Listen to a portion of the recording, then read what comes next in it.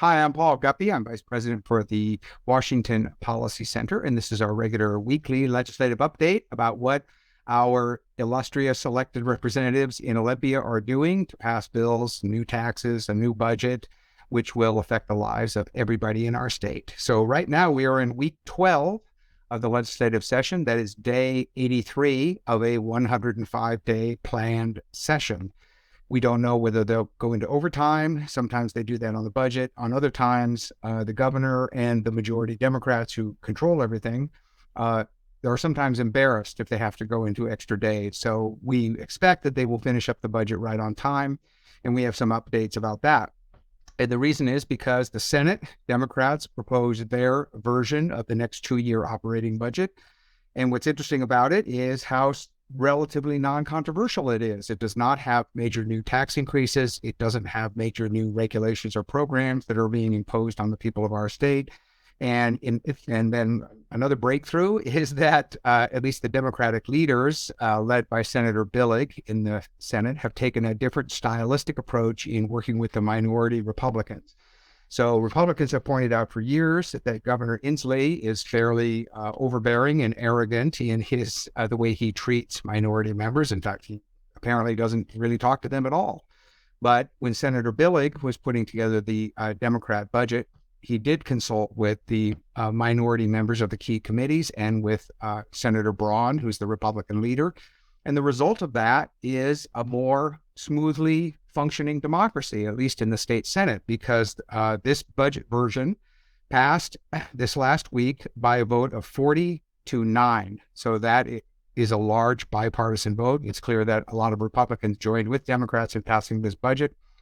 The budget overall plans to spend about $69 billion in the state budget, which is the largest amount ever, even though folks in elected office tend to say that they're constantly short on money. The objective numbers show that the state has plenty of money, notwithstanding high inflation, a certain recessionary period, economic lockdowns. Even with all of that, the next budget will spend about 8% more than the previous budget.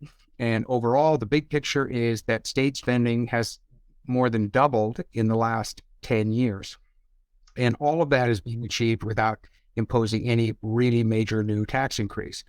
The main tax policy that we're concerned about, which has been working its way through the courts, is creating a state income tax. So the capital gains tax was approved.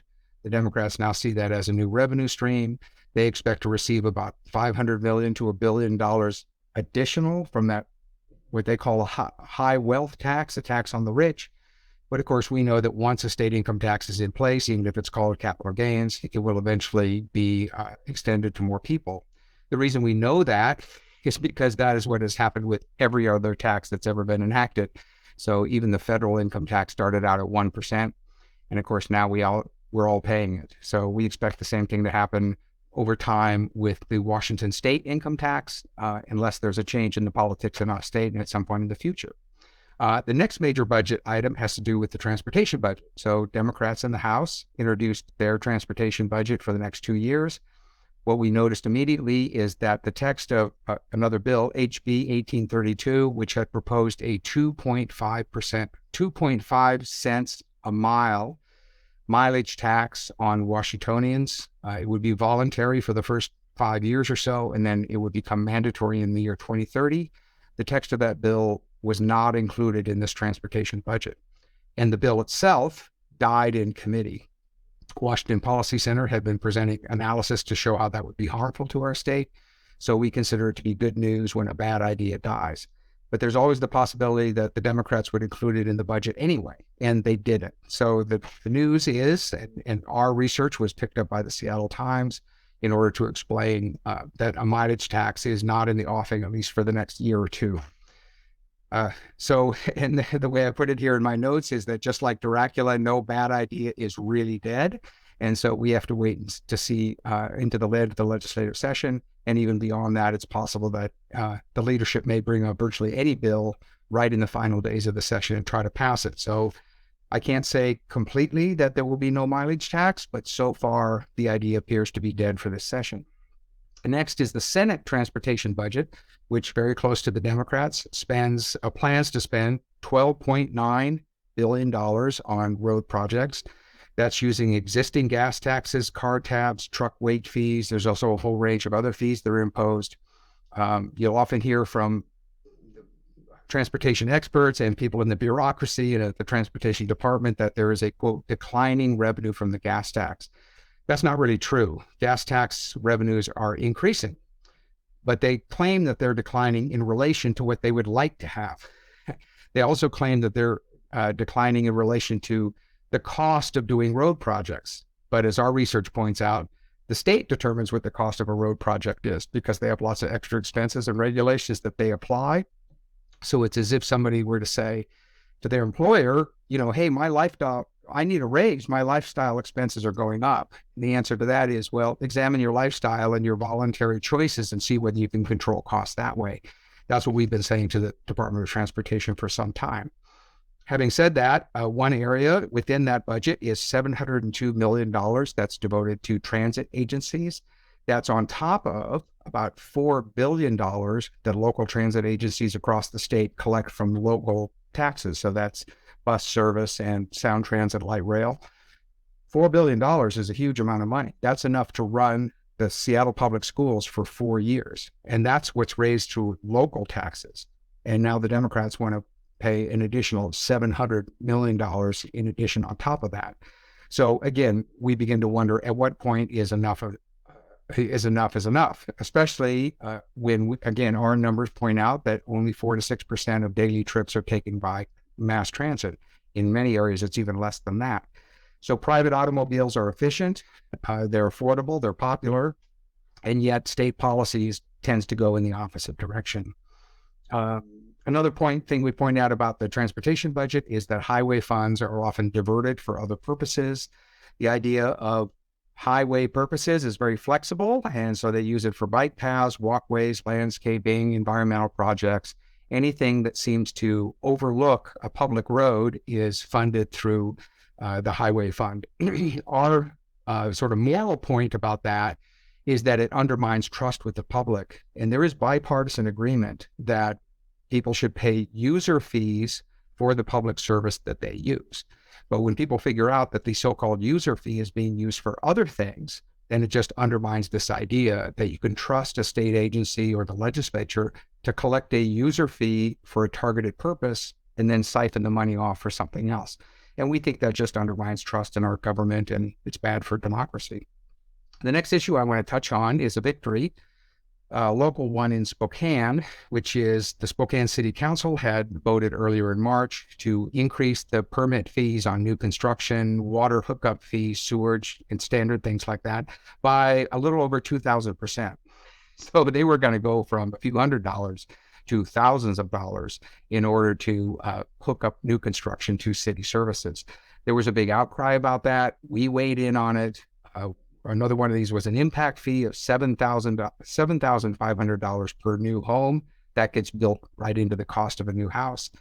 And then the Democrats say that we have a problem with affordable housing. So we presented numbers that showed that this was not really justified. It also undermines, as I mentioned, the idea of a fee. I'm paying a sewer hookup fee, I'm paying a water hookup fee, and or a road impact fee. And yet those dollars that you're paying have nothing to do with the actual service you receive. The good news is the city council agreed. And about a week ago, they voted 6-1 to repeal the fee increases that they had. And they're going to go back to more reasonable fees. And we think that's good for everybody in the state. We hope other jurisdictions look at that too.